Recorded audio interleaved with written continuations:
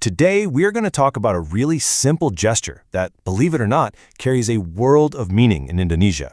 It's called the right hand rule. And trust me, it's a little piece of social etiquette that can make a huge difference. So, have you ever wondered about this? Maybe you're about to hand someone some cash or accept a gift, and you suddenly pause. Why is one hand totally fine while the other one can create a bit of a social hiccup? Well, the answer is this fascinating mix of practicality and tradition. Okay, so the heart of this custom really just comes down to hygiene.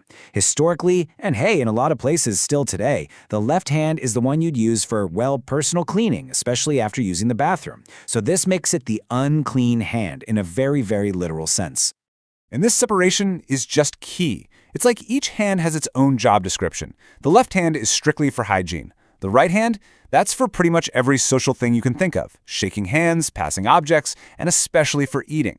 It really becomes the hand of community and respect. This is where it gets really interesting.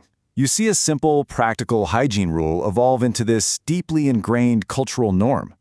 What started as just a way to keep things sanitary became a really powerful nonverbal signal of respect and politeness. Using the correct hand just shows you're being considerate and that you're culturally aware. And the social weight of this gesture, it's huge. It's not just some minor slip-up. Offering something with your left hand can come across as genuinely disrespectful, and that's especially true when you're talking to elders or you're in a more formal setting. It is such a subtle but incredibly important cultural cue.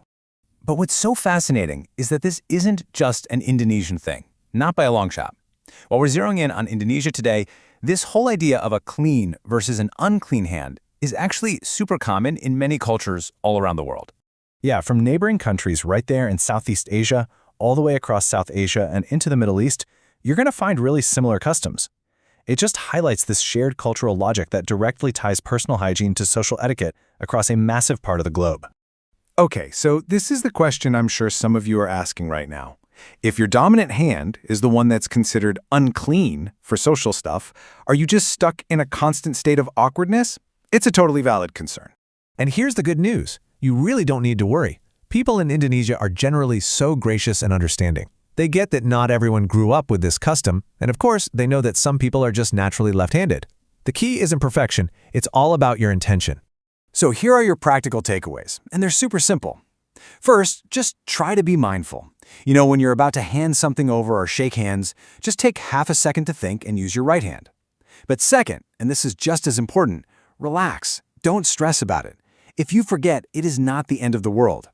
A genuine smile is going to go a lot further than which hand you used by mistake. At the end of the day, it really all boils down to effort, respect, and connection. By making that conscious effort to use your right hand, you're sending this clear, nonverbal message that says, I see your culture, I respect your customs, and I'm trying. And that effort, it speaks volumes. It leaves us with a final thought. This right-hand rule is just a perfect example of how a tiny, seemingly insignificant action can carry so much weight. It kind of makes you wonder, right? In our own lives, in our own cultures, what are the small gestures of respect that we value the most? It's definitely something to think about.